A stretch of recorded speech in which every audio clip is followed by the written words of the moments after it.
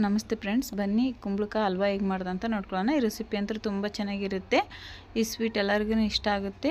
Video ಕೊನೆ ತನಕ ನೋಡಿ. ಇಲ್ಲಿ ನೋಡ್ಬೋದು, ಕುಂಬಳಕಾಯಿನ ಈ ರೀತಿ ತುರಿದು ಇಟ್ಕೊಂಡಿದ್ದೀವಿ. ಕಾಯಿ ತುರಿಯೋದ್ರಲ್ಲಿ ನಾವು ತುರಿದು ಇಟ್ಕೊಂಡಿದ್ದೀವಿ. ಇಲ್ಲಿ ನೆಕ್ಸ್ಟ್ ಸ್ಟವ್ ಹಚ್ಚಿಬಿಟ್ಟು ಒಂದು ಬಾಣಲೆ ಬಿಸಿಟ್ಟಿದ್ದೀವಿ. ಒಂದು ಸ್ಪೂನ್ ತುಪ್ಪ ಕೂಡ ಹಾಕ್ಕೊಂಡಿದ್ದೀವಿ.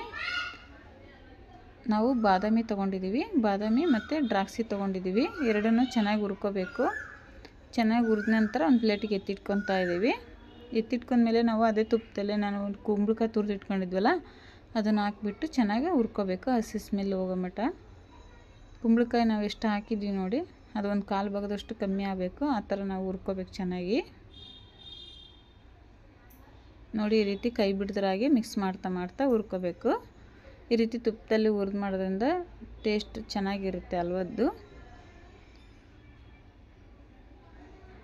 ಈ ಕುಂಬಳಕಾಯಲ್ಲಿ ನಾನಾ ಥರ ಪಾಯಸ ಮಾಡ್ತಾರೆ. ನಾನು ಇವತ್ತು ಹಲ್ವ ಮಾಡಿ ತೋರಿಸ್ತಿದ್ದೀನಿ ನಿಮಗೆ.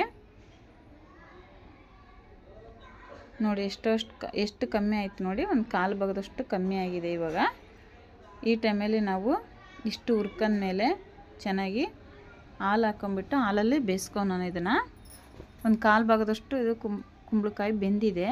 ಇವಾಗ ಹುರ್ಕೊಂಡಿದ್ದೀವಲ್ಲ ಚೆನ್ನಾಗಿ. ಇವಾಗ ನಾವು ಒಂದು ಗ್ಲಾಸ್ ಹಾಲು ಹಾಕ್ಕೋಬೇಕು. ಹಾಲು ಹಾಕ್ಕೊಂಡ್ಮೇಲೆ ಚೆನ್ನಾಗಿ ಮಿಕ್ಸ್ ಮಾಡ್ಕೊಂಬಿಡೋಣ.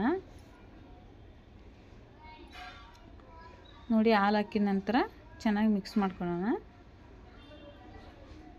ಮಿಕ್ಸ್ ಮಾಡ್ಕೊಂಡ್ಬಿಟ್ಟು ಕ್ಲೋಸ್ ಮಾಡಿ ಒಂದು 5 ನಿಮಿಷ ಬೇಯಿಸೋಣ.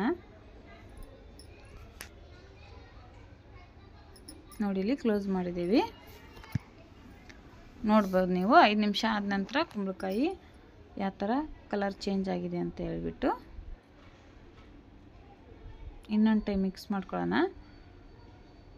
ನಾವು ಹಾಕಿರೋಂಥ ಹಾಲಿನ ಪ್ರಮಾಣ ಸ್ವಲ್ಪ ಕಮ್ಮಿ ಆಗಬೇಕು. ಆವಾಗ ನಾವು ಬೆಲ್ಲ ಜಜ್ಜಿ ಇಟ್ಕೊಂಡಿದ್ವಿ ಒಂದು ಬೌಲಷ್ಟು, ಅದು ಕೂಡ ಸೇರಿಸ್ಕೊಳ್ಳೋಣ. ನಿಮಗೆ ಸಿಹಿ ಯಾವ ರೀತಿ ಬೇಕೋ ಆ ಥರ ಹಾಕ್ಕೊಳ್ಳಿ. ಜಾಸ್ತಿ ಸ್ವೀಟ್ ಬೇಕಂದರೆ ಜಾಸ್ತಿ ಬೆಲ್ಲ ಹಾಕ್ಕೊಳ್ಳಿ. ನಾನು ಜಾಸ್ತಿನೇ ಹಾಕ್ಕೊಂಡಿದ್ದೀನಿ.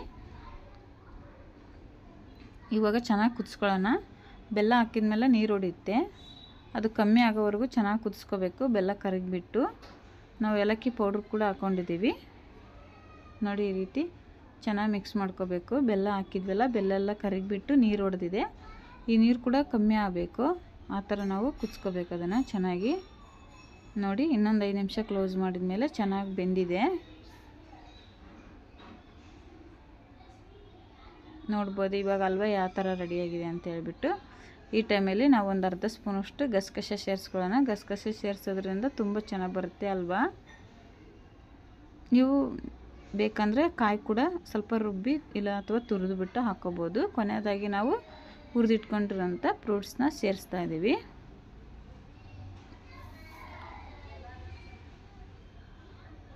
ಇವಾಗ ನಮ್ಮದು ಹಲ್ವ ರೆಡಿ ಆಯಿತು.